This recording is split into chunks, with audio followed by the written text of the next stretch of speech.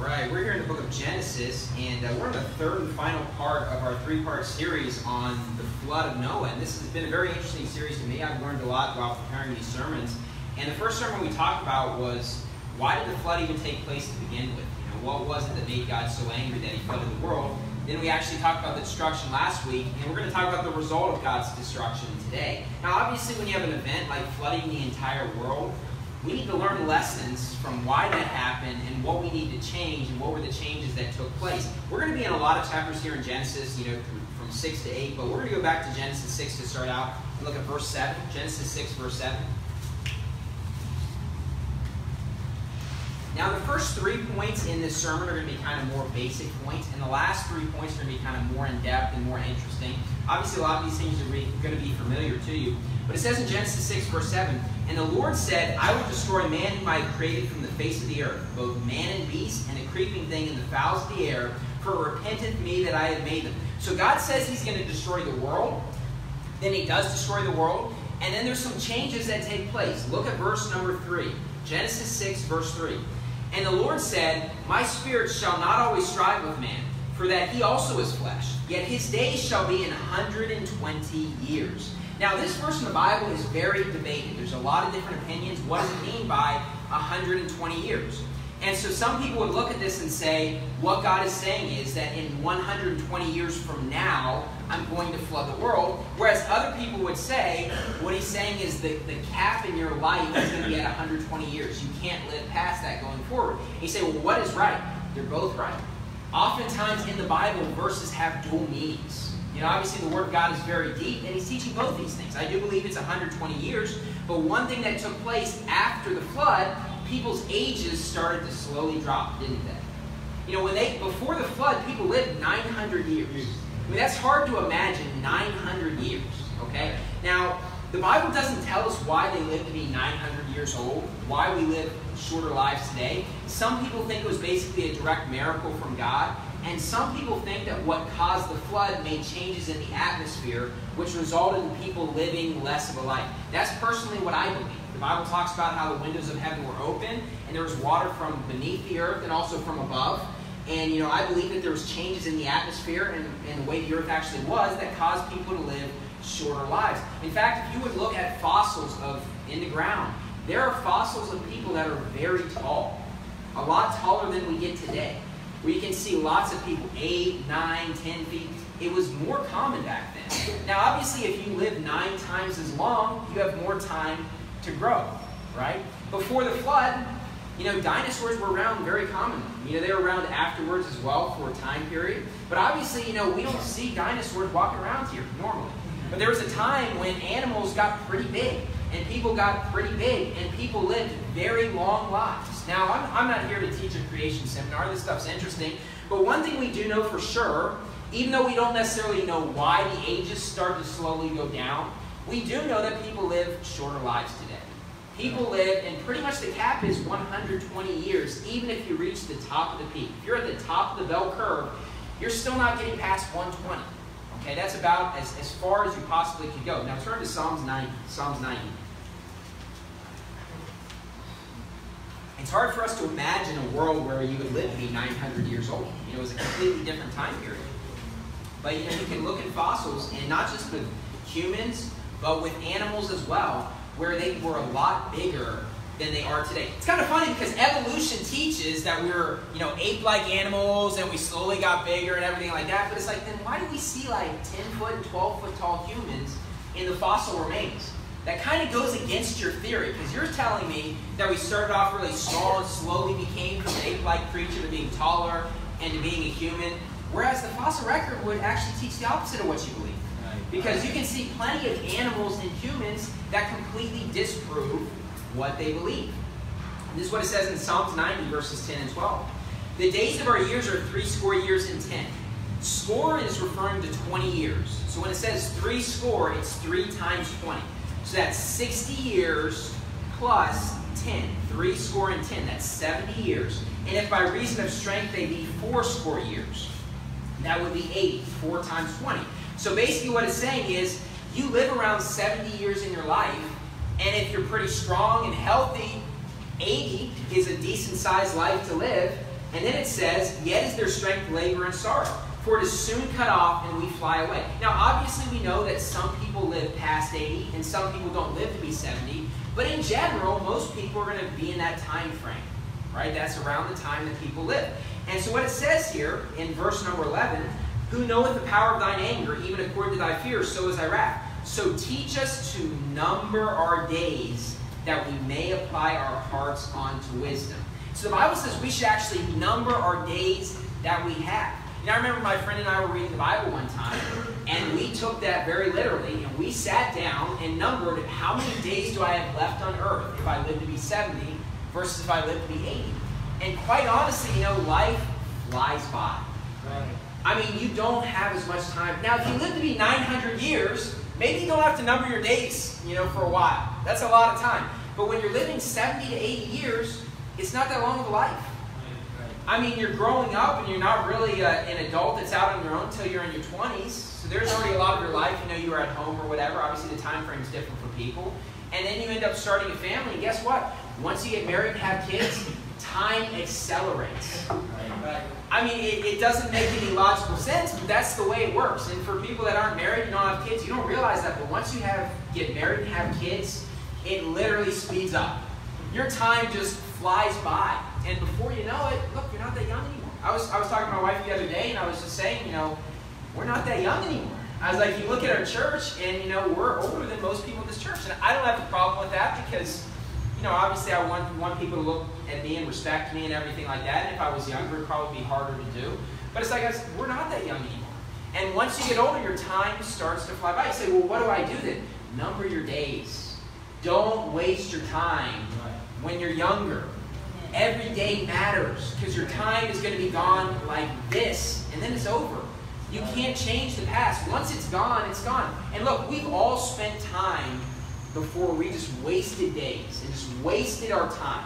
I had a friend of mine in college. This guy was obsessed with video games. Now talk about a waste of time. Let me tell you something. You want your wife not to respect you? Go ahead and play video games for hours, and she won't respect you very much. Because she's going to be like, man, my husband's like a child. You say, why? Because he is like a child. Because when you become a man, you put away childish things. Amen. And I had a friend of mine, and he had a video game that actually counted how much time you played the game. Now, you have to think about it. A day is 24 hours long. But nobody plays video games for 24 straight hours. Even if you're obsessed, let's say 4 hours and 6 hours, But my friend had literally played one video game for thousands of hours. Now, there's 24 hours in a day. Even if he played 24 straight hours, day after day, he spent over 50 days. He spent a couple months of his life because it was at over 1,000 hours and he was real proud of it. And it was only going up from the Super Smash Brothers, the big game back when, I was in college. And I didn't really play video games, but some of my friends did. But he literally spent 2 months of his life playing a video game. What a waste of time. Do you really want to end your life on your deathbed and just think, man, I wish I had played Super Smash Brothers more? No, you don't. You wasted your time. You're going to think, man, I wish I had spent more time with my wife and kids. I wish I had done more for the Lord. I wish I had done something that had real, lasting value. The Bible says to teach us to number our days. Now turn back to Genesis chapter 6. And so one big change, kind of the most famous change, is just the fact that people live shorter lives. And people like to mock the Bible, and they say, well, you could never live to be 900 years old. Yeah, you could never live to be 900 years old today, but there was a day when you could.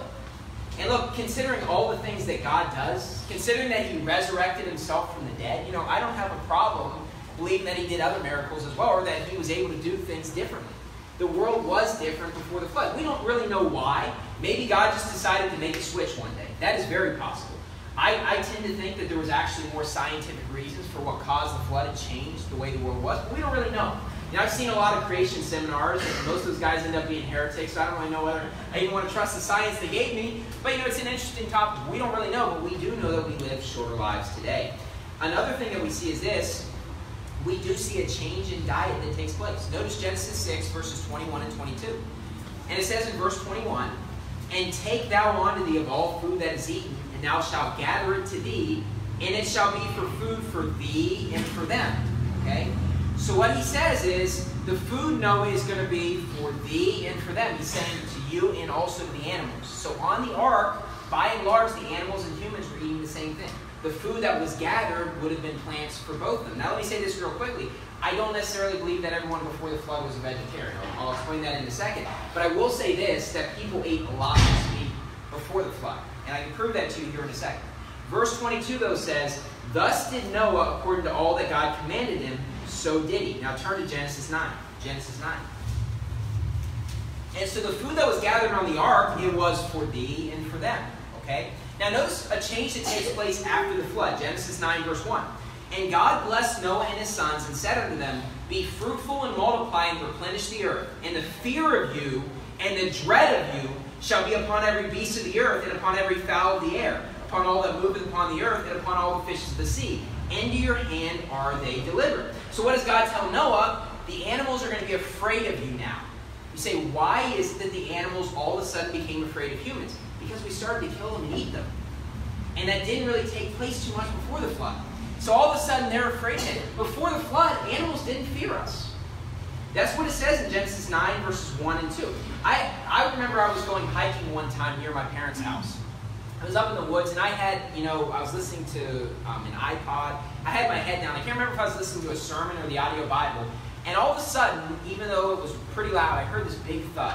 And I looked up, and there was a bear like 20 feet in front of me that had dropped from a tree. Now you say, what was your reaction? Well, I was like David in the Bible. I was ready to just kill that thing, right? I was afraid. But guess what? That bear was more afraid of me than I was of it. Right when it hit the ground, it went running the other direction. You say, why? Because animals are afraid of humans. The Bible teaches that. Now, does it really make sense that he would be afraid of me? Well, not logically. But guess what? He was afraid of me. And he did run away. Why? Because in Genesis chapter 9, verses 1 and 2, he says, "The fear of you and the dread of you shall be upon every creature." Animals are afraid of humans. That is what the Bible teaches. Even if they're a lot stronger and more mighty than us, they are afraid of humans. That's what the Bible teaches. Now, notice what it says in verse 3. Now, as it went running in the other direction, guess what? I went running the other direction. Now, I was probably going faster than me, because bears are faster than humans, but, man, that next 15 minutes, I was doing some great praying. Man, I was running down that mountain, like a madman and praying, God, just let me get back to the house safely. And so, notice what it says in verse 3. Even when you see stories where animals attack humans, usually they're attacking because they're trying to defend, their little children, their little cubs or whatever. It's not that they just want to kill humans, because by and large, animals are afraid of humans. The Bible teaches that, and you see that. There would be no other reason for a bear to just run away from me. Why did it run away? It was afraid of me. That's the truth. Animals are afraid of humans. Notice what it says in verse 3. "Every moving thing that liveth shall be meat for you." So he says, you can eat anything. "Every moving thing that liveth shall be meat for you. Even as the green herb have I given you all things." So this is after the flood, and he says, I've given you the green herb, and now you can eat any animal. Do you see the difference there? There is a change in diet that takes place. Now turn back to Genesis 4. Genesis 4. Now the Bible doesn't really talk to us too much about what took place before the flood. Like I said, I believe probably there were scientific reasons why people live shorter lives, and the world was a lot different. Look, if you eat no meat in today's world, that's not a healthy diet. You need a balanced diet. Now, if you're a carnivore and all you do is eat meat, that's not healthy either. You need a balanced diet. You say, are you against the Atkins diet? I am against the Atkins diet. The Bible says, give us this day our daily bread. So we eat bread every single day. You need a mix of all things. You need fruits, you need veggies, you need bread, you need meat. Everyone goes on these crash diets to try to lose weight in a couple weeks. Look, if you are capable of losing 10 pounds in 2 weeks, that might not be healthy on your body. Just because you can lose that weight doesn't mean it's good for you. And there are all these crash diets, and yeah, you know what, they work for a couple months, and then they stop working. People that end up being in decent shape, or people that just have a normal diet of everything, they just get a little bit of exercise, they get a decent amount of sleep, they just eat a balanced diet. They just don't eat a lot of pandimangas, they get some exercise, and look, you'll be in decent health. Now notice what it says in Genesis 4, verses 3 through 5. Verse 3, "And in process of time it came to pass that Cain brought the fruit of the ground an offering unto the Lord. And Abel, he also brought of the firstlings of his flock and of the fat thereof, and the Lord had respect unto Abel and to his offering. But unto Cain and to his offering he had not respect. And Cain was very wroth, and his countenance fell." So Cain gives an offering from the fruit of the ground. Abel gives an offering from the firstlings of his flock. I would presume he probably ate the rest of that animal. You say, why? Because in the Levitical law, that's what you were supposed to do. Okay, I don't think it was necessarily a completely new thing that took place. So I'm not saying that they ate no meat at all before the flood. But you do clearly see in Genesis 9 that animals are now afraid of humans. Why? Because humans are eating meat every day now. There is a change in diet that takes place. He says, I've given you the green herb. That was very common. You're used to eating mainly plants, but now meat is a much bigger staple of your diet. Okay, so I'm not saying that they were all vegetarian before the flood. The Bible doesn't really say. I mean, when you look at Genesis 4, I guess you presume he probably ate the meat there. But it's not necessarily something that they were doing every single day like us. You know, most people in this room, you probably eat meat every day. Right? I mean, you eat chicken. Lots of amen's going to come around the room. Everyone loves chicken, fish, pork, baboy. You know, it's the year of the pig. Chinese New Year, you know, eat some baboy. But, you know, we eat meat as a regular part of our diet. Before the flood, though, it wasn't as much. Now, there could have been real reasons why. Perhaps the fruits and vegetables tasted a lot better before the flood. You know, if the atmosphere had changed. You know, you eat certain foods here, and they taste a lot better than they do in America, and vice versa. For example, if you were to eat a mango in the U.S., you guys would probably take one bite and throw it away and say, this is basura. Why? Because it tastes a million times better here, because it grows better in the Philippines. Now, likewise, there's things that taste better from America than they do here. Where I'm originally from in West Virginia, and my parents are in Pennsylvania, apples taste amazing. It was like my favorite food when I lived there. But you know, then when I moved to California, they weren't that tasty. Why? Because apples generally grow better in colder temperatures. And so things grow better at different times. So what I'm saying is, before the flood, maybe things taste a little bit differently. And here's the thing, before the flood, there's probably a lot of fruits and vegetables. And once the flood comes, guess what?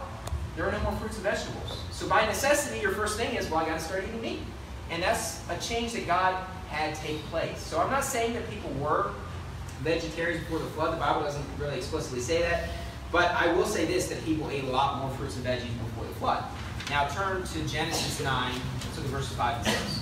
Now here's the thing, we live after the flood, so we should eat meat every day. Okay, I'm not saying we should go back to this fruit and veggie diet. It's like, no, that was before the flood.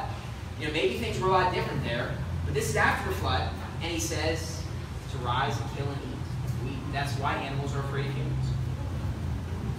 Now the third thing I want you to look at here is the death penalty mentioned in Genesis chapter 9. Notice verses 5 and 6. In verse 5, the Bible reads, and surely your blood of your lives will I require. At the hand of every beast will I require it. And at the hand of man, at the hand of every man's brother will I require the life of man. Whoso sheddeth man's blood, by man shall his blood be shed. For the image of God made he man. And so what we see here in Genesis chapter 9 is the death penalty is started in Genesis chapter 9. Now turn back to Genesis 6. Genesis 6. Now, the death penalty is something that people really debate about. You know, some people are for the death penalty and some are against it. Now, even some people that are Christians would say that they're not for the death penalty. And they'd say, well, the death penalty was part of the Mosaic Law, and the Mosaic Law was done away with. Well, first off, that's not really true with the Mosaic Law being done away with. There were parts of it that were done away with, the cleanliness laws and things like that, cardinal ordinances. The moral laws haven't changed. And that's a whole other sermon. I don't have time to get into that. But here's my point. Let's say the Mosaic Law was done away with. The death penalty would still be around. You say, why? Because it was before the Mosaic Law. Right. This is Genesis 9. Before the Mosaic Law, guess what? We have the death penalty. So you say, well, let's say the Mosaic Law was completely done away with. We'd still have the death penalty. Why? It started in Genesis chapter 9. Right. He said, if you shed blood, your blood will be shed. This starts in Genesis chapter 9. This is before the Mosaic Law. Amen. Now turn back to Genesis 6. And let's look at verses 11 through 13. Now I remember before I was, well, it was after I was saved, but I remember I was talking to someone, and my first thought about the death penalty, I used human wisdom and logic. And here's what I said. Well, I mean, if somebody's in jail, we want to give them another chance to be saved. You know, even if they killed someone, we want them to get another chance. Until the day they die, they have a chance to get saved. Okay? And that was my human logic. It made sense to me. But I remember somebody told me, well, actually, the death penalty was before the Mosaic Law. And I was like, well, I guess I'm wrong. I can't answer that, right? Because it was before the Mosaic Law. And I had a wrong view of the Mosaic Law at the time. But the death penalty has been around since Genesis chapter 9. You say, why is that? Well, because the death penalty prevents murders from taking place. It prevents crime from taking place. Look at what it says in Genesis 6, verses 11 through 13. The earth also was corrupt before God, and the earth was filled with violence. And God looked upon the earth, and behold, it was corrupt, for all flesh had corrupted his way upon the earth. And God said unto Noah, the end of all flesh has come before me, for the earth is filled with violence through them.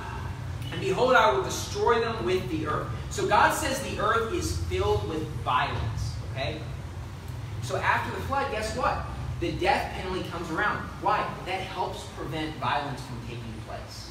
I had a class in college, a criminology class, and my professor was, he was a Catholic. He wasn't a believer or anything like that. But, he had studied, criminology and crime, and he had studied the death penalty. And he showed a lot of charts, and he told us that if you look at highly publicized, death penalty trials in America, that during the time period when that trial is taking place, and especially when the sentence is going down, the amount of murders drastically decreases. And he had looked at a lot of trials. It was not just one trial. And the amount of murders had drastically decreased during that time period. Why? People are afraid.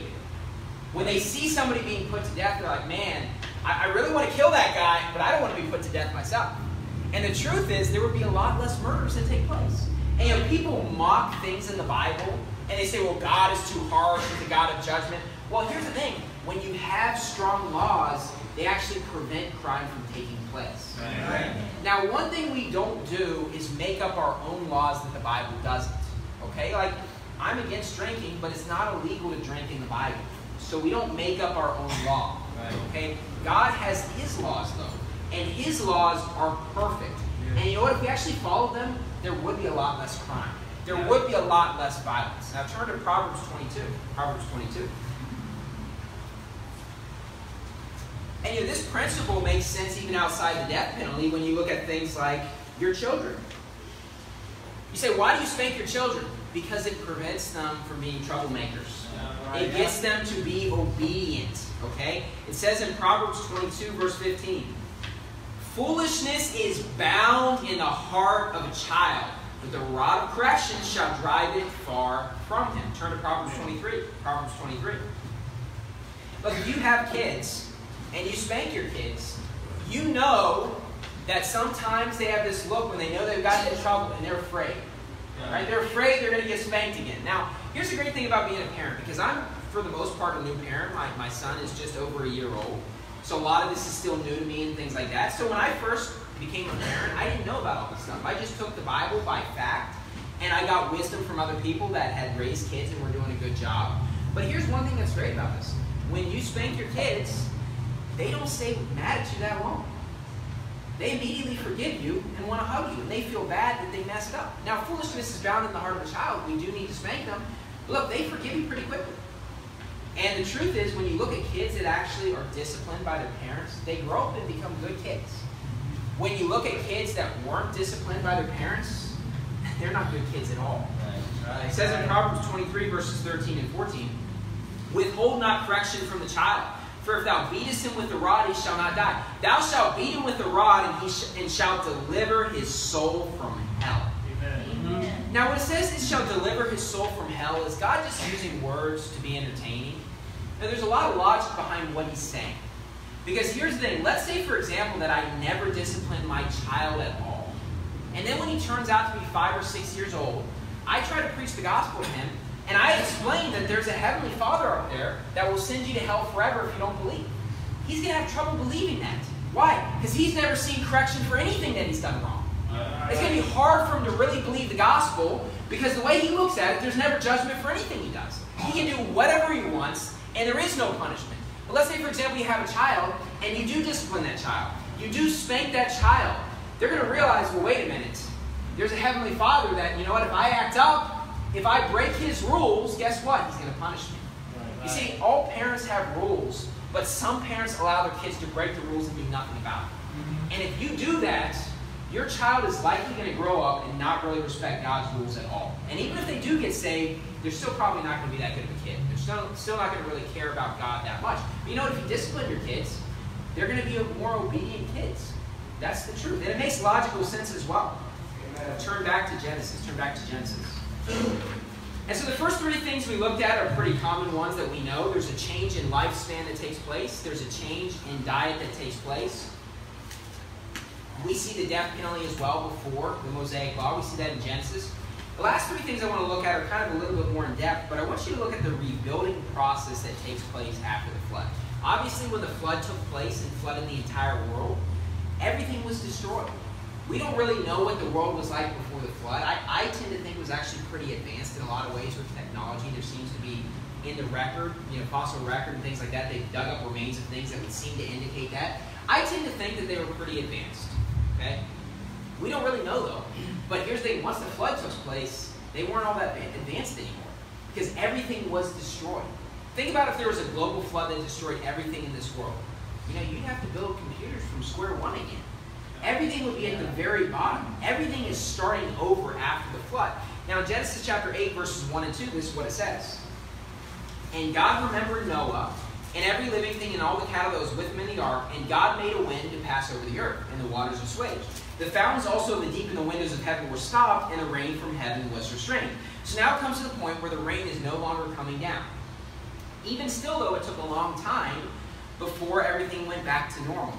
Now, when you think about what took place with the flood, obviously God destroyed the entire world, and amongst those people that were killed were both believers and unbelievers.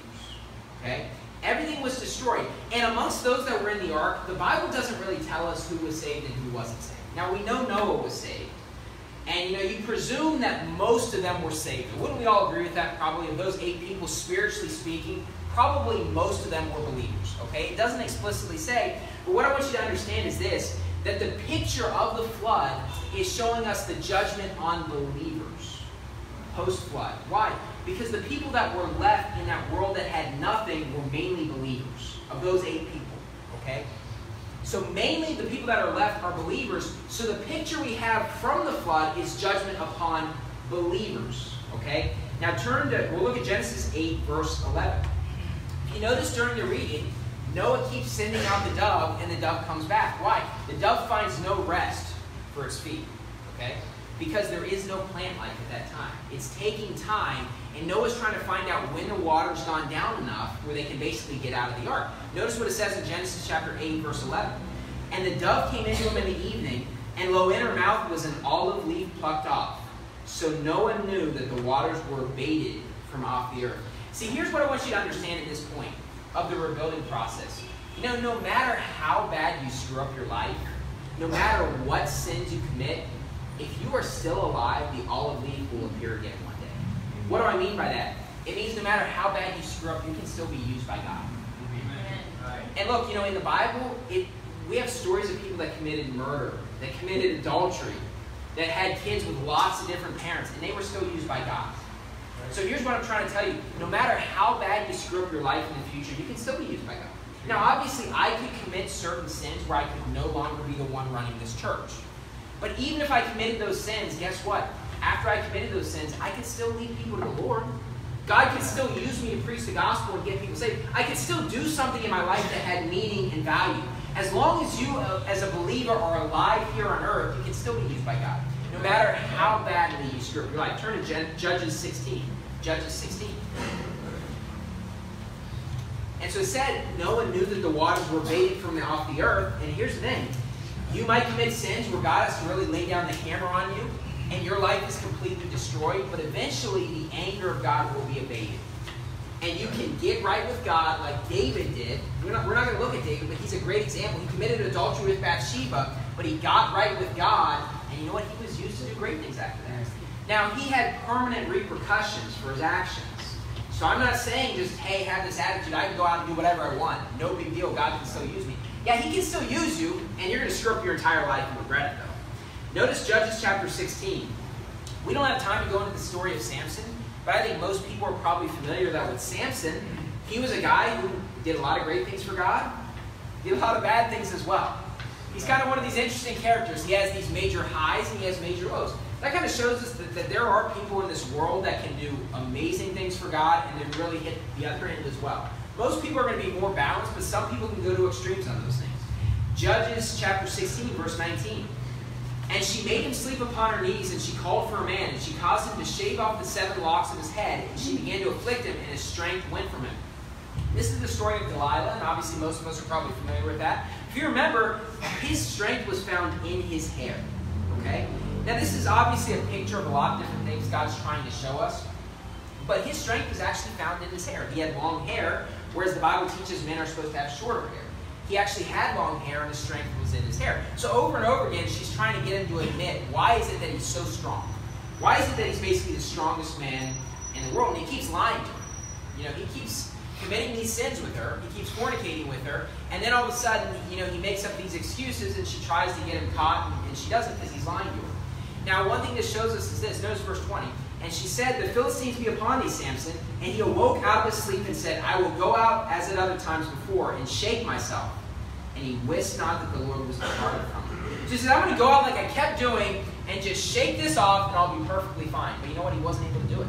Why? The Lord departed from him. I remember Brother Bruce McGee preached a really good sermon where he said basically when you can no longer shake yourself. I think the sermon was something like that. Basically what he was saying was when you're involved in sins, oftentimes God is merciful to you and you think you can just get rid of it, no big deal. But eventually you reach a point where you can no longer shake yourself. And eventually God says, you know what, I've given you chance after chance after chance. I'm not giving you another chance. And what ends up happening to Samson, he no longer has strength.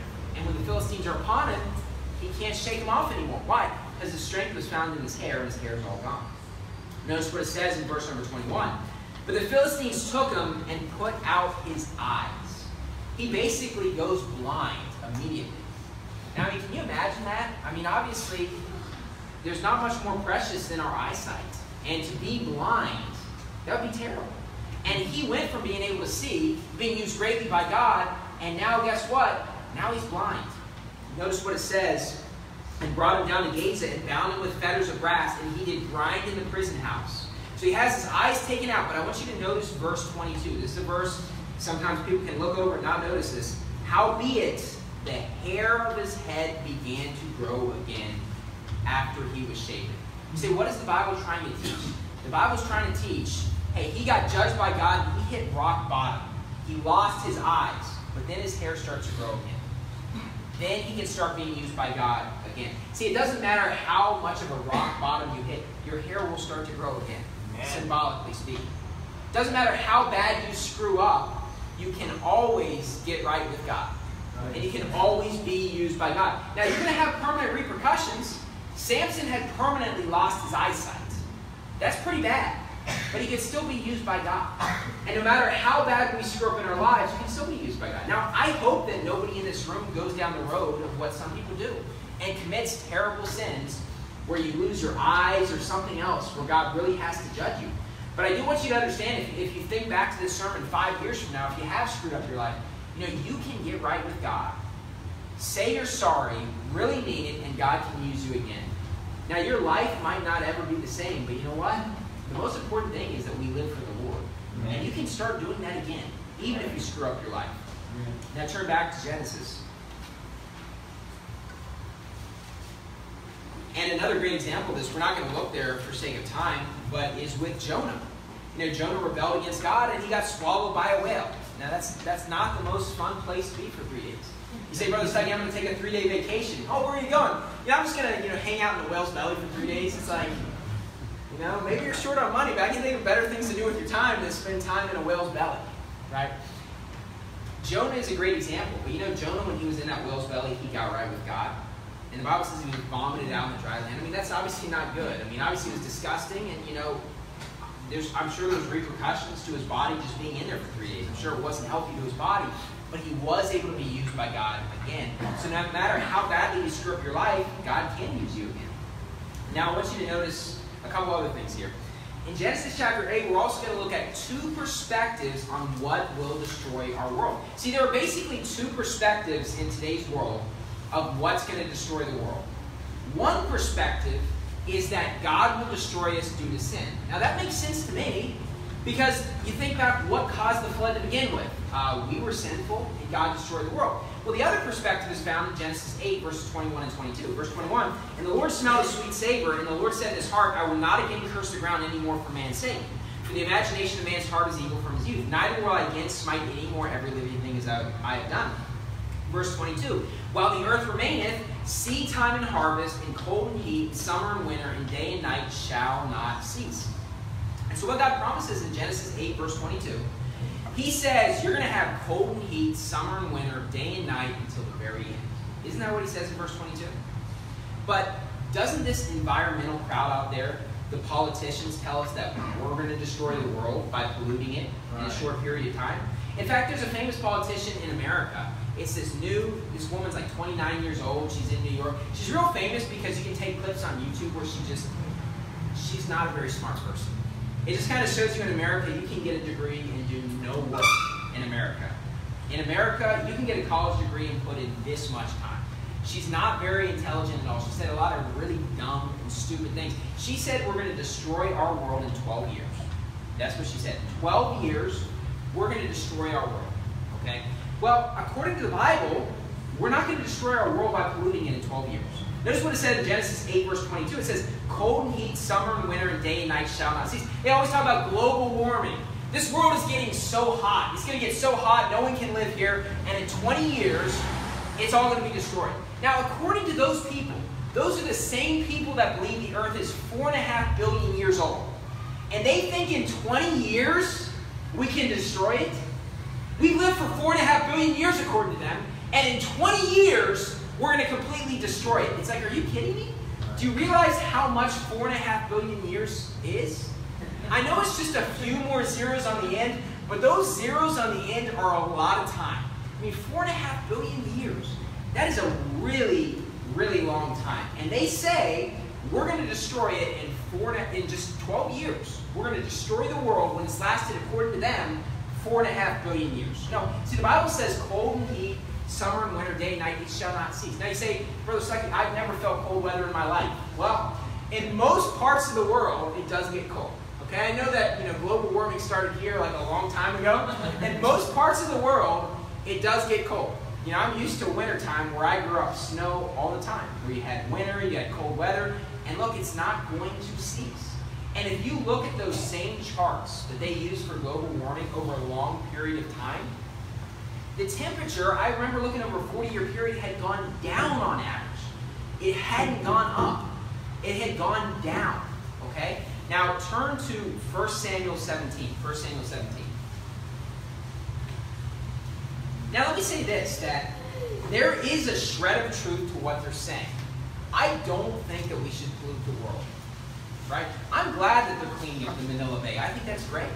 If they had community projects to help clean up some of the other things, I might even go on a Saturday to help them out. If they didn't do it on a Sunday, if they didn't do it on church day, why? We should live in a clean place. Remember what I said in the first part of the sermon series?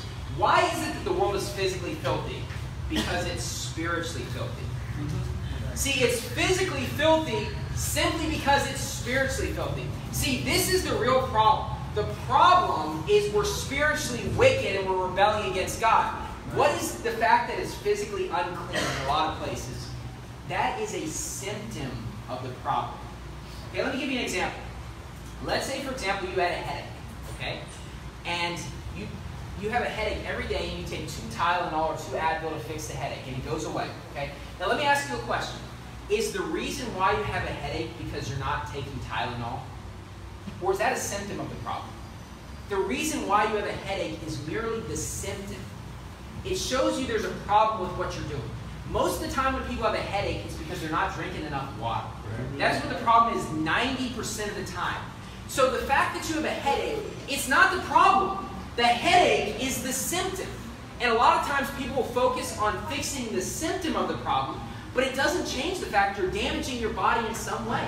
Maybe you need more water, maybe you need to eat more, maybe you need to sleep more. There's something you're doing wrong that is the reason why you have a headache all the time. Maybe you listen to really loud rock music for hours every day.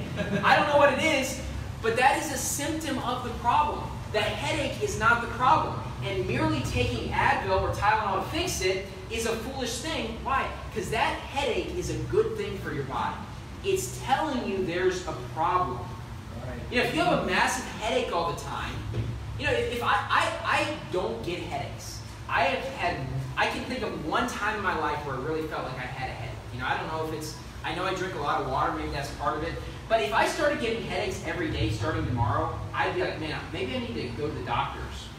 What am I doing wrong? Because I don't get headaches. I'd either start drinking water more or something. If I can get rid of it, I'd be like, maybe I have a real problem inside if I keep getting headaches. That's not normal. That's showing you there's a problem you're doing. And look, I'm not trying to be mean, but if you're someone who gets headaches all the time, you need to change something in your lifestyle. You might need to start drinking more water, eating a healthier diet, or doing something, getting more sleep. Now, I understand people can have various problems for various reasons. It might not be your fault, but I'm just saying that is a sign that there might be something wrong. And the world being physically filthy, they're right about that. There are some problems that we trash the world, but that is only a symptom of the problem. That's not fixing what the problem is. Because if we became spiritual, it would fix the physical problems as well. Now, why is it the world was destroyed? Before the flood, it was a physically filthy place. We talked about that in the first sermon in this series. But the main problem was it was spiritually wicked. And so the physical problems, the physical uncleanness was a symptom of the problem. And so what is it that our government's trying to do? Well, here's what you have to understand about politicians. They're not good people. Does anybody think a politician's a good person? No. Most of them are pretty wicked, bad people, right? They're pretty sinful. They're pretty wicked. And you know what? I don't care who you are. You still know that according to the Bible, God destroyed the world because of wickedness. Everybody's aware of that. And they're not going to fix the fact that they're wicked people, so what do? Well, they try to deceive you. They try to make you think the real problem is over here, that we're polluting the environment. If we fix that, it's going to fix everything. When the real problem is the fact that people are committing adultery and fornicating, being drunk and being drug dealers. That's the problem with the world. It's not the fact that we're polluting it. Now, yes, that is a problem, but that's just a symptom. And that is this much of our problem in this world. The real problem is that we don't obey God's rules at all. 1 Samuel 17 is a great example where people try to shift the blame like the politicians and the government do. 1 Samuel 17, verse 26. And David spake to the men that stood by him, saying, What shall be done to the man that killeth this Philistine and taketh away the reproach from Israel? For who is this uncircumcised Philistine that he should defy the armies of the living God? And the people answered him after this manner, saying, So shall it be done to the man that killeth him. And Eliab, his eldest brother, heard when he spake unto the men. And Eliab's anger was kindled against David. And he said, Why camest thou down hither? And with whom hast thou left those few sheep in the wilderness? I know thy pride and the naughtiness of thine heart. For thou art come down that thou mightest see the battle. And so notice how Eliab blames his brother. Look, it's not David's fault that Goliath is standing in front of you and nobody wants to fight the battle. And notice how he tries to shift the blame and blame David, when in reality the problem is Eliab and King Saul, all those people, they wouldn't fight the battle. Right. King Saul still has to be destroyed. And so David actually has the guts to do it. And notice this, Eliab complains at David. Look, when we preach against sin and wickedness, the politicians will be against us. And they say, we're part of the problem. It's like, no, we're trying to fix the problem that you guys are creating by living a wicked life. That's reality. So there's two perspectives on what's destroying this world. One perspective is our sin is destroying this world. Kind of makes sense considering that's why the flood took place to begin with. That's not what our politicians are going to say. They're going to say, well, you know, global warming. It's getting so hot and we need to fix the environment. That's ridiculous. That's not the problem that's in our world. Look down at verse number 15. 1 Samuel 17, verse 15. Verse 15, But David went and returned from Saul to feed his keeper's sheep at Bethlehem. Verse 17, And Jesse said unto David his son, Take now for thy brethren an ephah of this parched corn and these 10 loaves, and run to the camp of thy brethren. So Jesse, David's dad, tells him that he needs to go and supply his brothers with food. Verse 18, And carry these 10 cheeses unto the captain of the 1,000, and look how thy brethren fare, and take the pledge. Verse 20, And David rose up early in the morning and left the sheep with a keeper. So notice how his older brother tries to blame him. What he's saying is completely false. He's just throwing out a wild accusation that's not real, because David was told by his dad to go to the battle, and David left the sheep with a keeper. Isn't that what Eliab blamed him for? He said, who's there keeping charge of your sheep? Well, I mean, he left someone in charge of them after he obeyed his dad, which biblically he should have done. And so he didn't do anything wrong. But you know, with our government, like I said, there's a shred of truth to what they're saying. We ought to protect the environment. I don't think that I should just go outside and just throw this bottle on the ground. I think that's stupid. You know, just throw it away.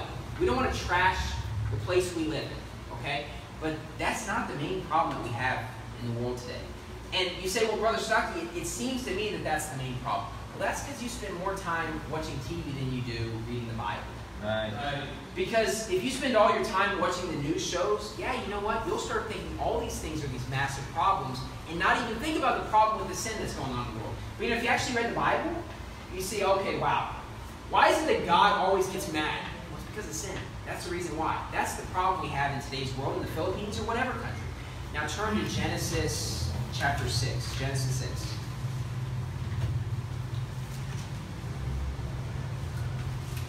And this point number 6, kind of goes off on the last one, but I want you to understand something, that the wicked have not learned their lesson. Because they're blaming us polluting the environment. You know, wicked people, whether it's the politicians, the LGBT, people that just don't care about the Bible, look, they haven't learned their lesson from why God should destroy the world the first time. You know, people always say history repeats itself. That's the truth, because people never seem to learn from history. They should have actually opened up the Bible and seen, okay, this is why God destroyed the world. Genesis 6, verse 5. And God saw that the wickedness of man was great in the earth, and that every imagination of the thoughts of his heart was only evil continually. Now remember, in our first sermon, we linked every imagination to Romans chapter 1, where every thought they have is defiled, which is a description of the Sodomites in Romans chapter 1. And so the world was filled with a big LGBT agenda pre-flood. That's what we see. Now notice Genesis chapter 8, verse 21. And the Lord smelled a sweet savor. Genesis 8, verse 21. And the Lord smelled a sweet savor, and the Lord said in his heart, I will not again curse the ground any more for man's sake, for the imagination of man's heart is evil from his youth. Neither will I again smite any more every living thing as I have done. So God told us a few things. He said, I'm not going to smite every living thing. Okay? And he tells us that he's not going to destroy the world with a flood later on. Turn to Genesis 9. Genesis 9, verse 11. Now, here's the thing, though. It doesn't mean that God's not going to pour out his judgment upon the world. Because we know what's going to happen during the end times, where, you know, we are going to be raptured before the wrath of God, but after the tribulation, post-trib, the Bible teaches. We are going to be spared from God's wrath upon the world. God is going to pour out his wrath on the world, though. God hasn't changed. I mean, he does still send people to hell where it says the wrath of God abideth on him. Forever and ever, God's wrath abides on that person. And look, you know, if God destroyed this world once, he could destroy it again. Now, he's not going to kill every living thing, and he also is not going to destroy it with a flood. But that doesn't mean that we won't have a new heaven and a new earth one day, as he promised. Genesis 9, verse 11. And I will establish my covenant with you. Neither shall all flesh be cut off any more by the waters of a flood. Neither shall there be any more be a flood to destroy the earth. Notice how he gets real specific, and he says, it's not going to be a flood. Okay? Verse 12. And God said, this is the token of the covenant which I make between me and you and every living creature that is with you for perpetual generations. I do set my bow in the cloud, and it shall be for a token of a covenant between me and the earth. Now, what does he mean by a bow? He's talking about a rainbow. Okay? Because once the rain comes, after it's gone, we see a rainbow that often appears. Why do we see that? Well, that was a sign given by God here in Genesis chapter 9, it's still around today, that shows us, hey, God is not going to flood this place and completely destroy it. Now, you know, when you look at some of these Asian countries, there have been tsunamis that have killed a lot of people. But in the grand scope of things, 100,000 people is like this much of the world. By no means has the whole world been close to being destroyed by a flood. Now, you know, where my parents are in Bedford, Pennsylvania, like 45 minutes nearby in Pennsylvania, there's a town, Johnstown, and it was the second biggest city in Pennsylvania. I think it was behind Pittsburgh. Maybe it was behind Philadelphia at the time, but it was number 2 in Pennsylvania. He said, why is it that it's not number 2 today? Well, because the Johnstown flood took place, where basically they didn't properly engineer everything, and so it ended up flooding and destroying the entire town. But look, that was only one small town in the great scheme of things. God hasn't destroyed this entire world with a flood. But you know what? The wicked should understand this, because the rainbow is mentioned in the Bible. God tells us why we have a rainbow, and it's as simple, he's not going to destroy the world with a flood anymore. Now, if I could have just 2 guys to help me out, I want you to hand out this picture. Just maybe 2 guys. Brother Rafi, Brother Herman, do you mind just handing this out? Just give everyone one of these, or one per own. I want you to look at this picture for a second. Sorry, camera, I don't have a picture for you, but Speak into the YouTube world, the Facebook world for a second. But I want you to take a look at this picture real quickly. And so God's promise was that He's not going to destroy the world with a flood anymore. Now I remember when I was a kid, man, the rainbow I thought was the most beautiful thing in the world. I mean, isn't the rainbow a beautiful symbol? Yep. I mean, isn't it amazing, God's creation? It's amazing. I remember when I was preparing the sermon this week, I was watching somebody who was in an airplane. They took a video as they went through a rainbow. I mean, it was so cool. It was amazing, you know, God's creation and how beautiful it is. Now, I want to ask you this question. The picture that you just got, is that a picture of a rainbow? Who thinks it's a picture of a rainbow? Who doesn't think it's a picture of a rainbow? Who doesn't understand the question? Who thinks it's a picture of a rainbow? Who doesn't? That is not a picture of a rainbow. You say, why is it not a picture of a rainbow? How many colors do you see in that? 1, 2, 3, 4, 5, 6. How many colors does a rainbow have? 7. 7 colors. What's the number 7? It's the number of perfection that's in the Bible. God's number of perfection. What about the number 6? I mean, have you ever heard this number before? 666. You say, what is that a symbol of? That's the symbol of the LGBT. You see, an actual rainbow looks like this. You guys want to hand this out? This is what an actual rainbow looks like. See, that is red, orange, yellow, green, blue, purple. 6 colors. An actual rainbow is red, orange, yellow, green, blue, indigo, violet. There are 2 colors there that they merge into just purple. Okay? There's a difference. 6 colors versus 7. Now, I don't think that's a coincidence. But here's one thing that makes me mad about this. When you go out in public and you go to the mall and places like this, even companies that are not intentionally doing this, companies will actually have a rainbow of 6 colors. And I don't even think they're aware of the fact that's not a rainbow. That is not what a rainbow looks like. That's a symbol of wickedness, which is the reason why the world was destroyed the first time. That is not a picture of a rainbow because a rainbow has 7 colors. It does not have 6 colors. And we need to be aware of this. When we go out in public, pay attention to it. And you're going to see 6 colors on a rainbow all the time. That's not a rainbow. And it makes me mad because it's a symbol of wickedness, and now it's becoming so normal to us. We don't even realize it when we're out in public. And look, I didn't know this even a year ago. Somebody told this to me that a rainbow had 7 colors. And guess what? I was used to it having 6. You say, why? Because everywhere you go, what do you see? Red, orange, yellow, green, blue, purple. Whereas an actual rainbow is indigo violet. 2 colors there, not just purple. There's 2 colors after blue. There's a major difference. But you know, this isn't a coincidence. I mean, don't tell me that it's an accident that they actually changed. It's obvious it's referring to a rainbow. You say, what is the rainbow really about? Well, here's the thing. God's promise was He would be long-suffering and not to destroy the world with a flood anymore. Now, the LGBT and this wicked agenda, they don't believe in the God of the Bible, do they? Yeah. They don't believe in a God that's going to pour out His judgment upon the world. They don't believe in a God that would send people to hell forever, do they? They don't believe that. And so you know what they do? They take God's symbol to mock God and basically shove it in God's face and say, hey, you said you're not going to destroy the world anymore. You need to read the Bible a little bit more. Yeah. I mean, I think you missed the parts after Genesis chapter 9, because you look at those chapters, guess what? God's willing to pour out His judgment a lot.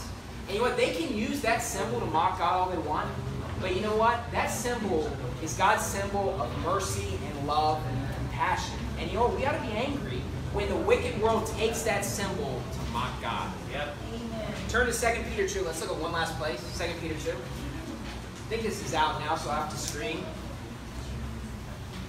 I'll do my best to keep my voice.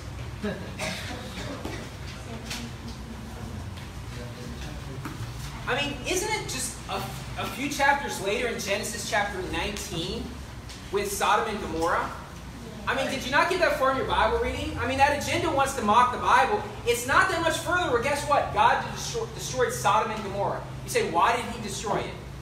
Everybody knows why He destroyed it. Yeah, they try to say, well, it was destroyed because of pride. Look, the Bible speaks in the book of Ezekiel as pride being the first thing that led to more wickedness. That's not why He destroyed it. He eventually destroyed it because of the wickedness that was actually taking place, because it went too far. Now let's look at 2 Peter chapter 2. This is the last place we'll look at. In 2 Peter chapter 2, verses 5 and 6, And spared not the old world, but saved Noah, the eighth person, a preacher of righteousness, bringing in the flood upon the world of the ungodly. In turning the cities of Sodom and Gomorrah into ashes, condemned them with an overthrow, making them an ensample or example unto those that after should live ungodly.